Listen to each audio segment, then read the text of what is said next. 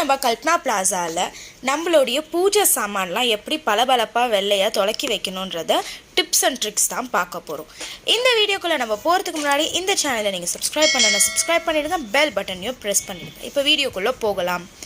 இப்போ நீங்கள் பார்த்தீங்கன்னா இதெல்லாம் என்னுடைய யூஸ்டு பூஜை சாமான், ஆல்ரெடி யூஸ் பண்ணியிருக்கேன். 2 வாரமாக தொலைக்காத பூஜை சாமானுங்க இது. நீங்கள் இதில் பார்க்கலாம், எண்ணெய் ஜிகிண்டு இருக்கும், நம்ம வைக்கிற குங்குமஞ்சா இருக்கும், அப்புறம் அந்த விளக்கு எரியும் போது அந்த பிளாக்காக இருக்கும். ஸோ இதெல்லாம் வந்து எப்படி ஈஸியாக நல்லா பாலிஷ்டாக கழுவ முடியும், அதை எப்படி வெள்ளையாக வச்சுக்க முடியும்ன்ற டிப்ஸ் அண்ட் ட்ரிக்ஸ் தான் சொல்ல போகிறேன். ஸோ இங்கே தான் நம்மளுடைய மெயின் ட்ரிக் இருக்குது. அதாச்சும் வந்து நான் இங்கே சபினாவோட கொஞ்சம் கோல்கேட் பவுடரையும் மிக்ஸ் பண்ணி வச்சுருக்கேன், அப்புறம் ஒரு 1/2 லெமன் எடுத்திருக்கேன். இப்போ இது 2 வச்சுட்டு தான் நம்ம இந்த எல்லா பூஜை சாமானையும் பளபளப்பாக துலக்க போகிறோம்.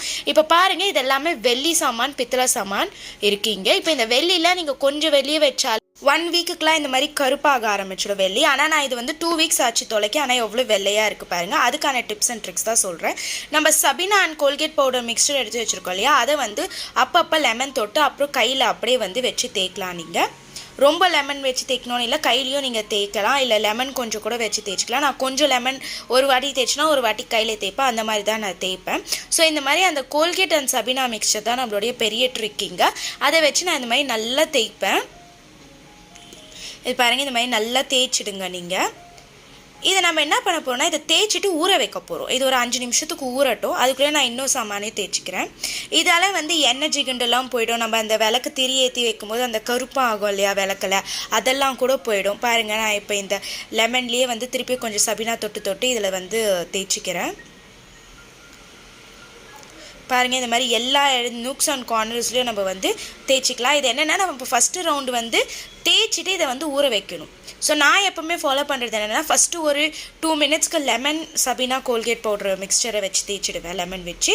அப்புறமா வெறும் கோல்கேட் பவுடர் லெமன் சபினாவுடைய மிக்சரை எடுத்துகிட்டு கையில் தேய்ப்பேன், லெமன் இல்லாமல். ஸோ இந்த மாதிரி நல்லா தேய்ச்சி, நல்லா நூக்ஸ் அண்ட் காலர் எல்லா இடத்துலையும் நல்லா தேய்ச்சி இதையும் திருப்பி ஊற வச்சுடுவோம் நம்ம.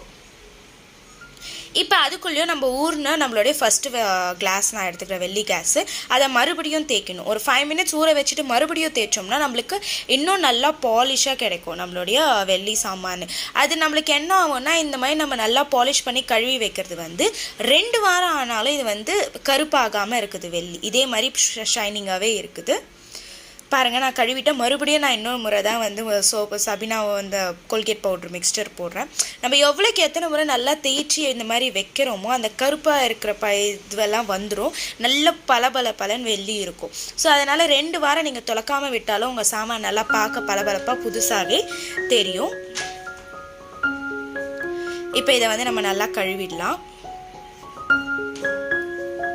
தண்ணியில் வந்து நல்லா க்ளீன் பண்ணிக்கோங்க. சபினாவோ இல்லை அந்த கோல்கேட்டோ இல்லை அந்த லெமனோட இதுவும் எங்கேயோ இல்லாத மாதிரி நல்லா க்ளீனாக வந்து க்ளீன் பண்ணிக்கோங்க. அடுத்து விளக்கையும் நான் இன்னொரு முறை தேய்ச்சிட்டு அதையும் நல்லா கழுவிக்கிறேன். ஸோ நீங்கள் எவ்வளோக்கு எவ்வளோ தேய்க்கிறீங்களோ அவ்வளோக்கு அந்த எண்ணெய் பசையும் போயிடும், அந்த வெள்ளியில் மேலே இருக்க அந்த பிளாக் கிளியராக இருக்கும் இல்லையா, அதுவும் போயிடும். நமக்கு சாமானும் நல்லா பளபளப்பாக இருக்கும். நம்ம எவ்வளோ தேய்க்கிறோமோ அதுதான் இம்பார்ட்டன்ட். சிரமம் பார்க்காதீங்க, நேரம் பார்க்காதீங்க. நம்ம தலைக்கு ஒரு முறை வச்சோம்னா 2 வாரத்துக்கு நம்ம துலக்க வேண்டிய எந்த டிஸ்டர்பன்ஸும் நமக்கு இருக்காது. இப்போ இதையும் நான் நல்லா கழுவிக்கிறேன். இப்போ வந்து இன்னொன்று என்னென்னா, இந்த மாதிரி நம்ம வெள்ளி குத்து விளக்கு கழுவும் போது நம்ம மேலே அந்த குத்து விளக்கு ஜாயின்ஸ்லேயோ இல்லை அந்த கீழே அந்த கப்பு மாதிரி வருது இல்லையா, அந்த இடத்துலையும், ஸோ அங்கெல்லாம் வந்து நம்ம தேய்ச்சிட்டு அந்த பவுடர்லாம் நான் அப்படியே இருக்கிறதுக்கான சான்சஸும் இருக்குது. ஸோ அதெல்லாம் கொஞ்சம் நல்லா பார்த்து வாஷ் பண்ணிக்கோங்க.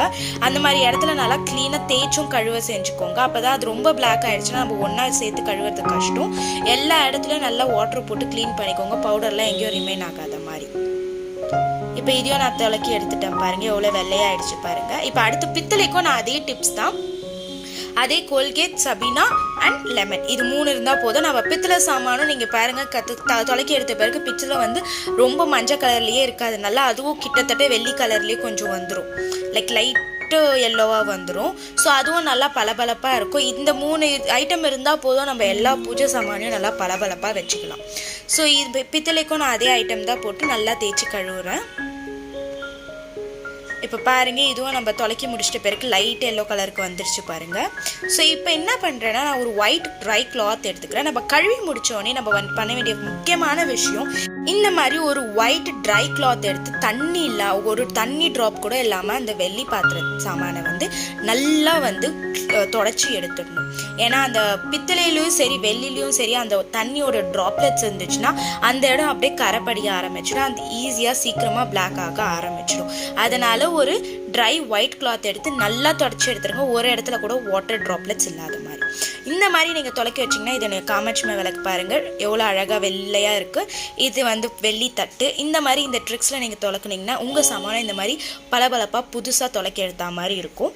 இந்த மாதிரி எல்லா சாமானுமே நீங்கள் வந்து பித்தளையாகட்டும், காப்பர் ஆகட்டும், வெள்ளி ஆகட்டும், எல்லாமே நீங்கள் இந்த ட்ரிக்ஸை வச்சு நீங்கள் வந்து ஈஸியாக வந்து வெள்ளையாக உங்களுடைய பூஜை சாமான்களை நீங்கள் கழுவி வச்சுக்கலாம்.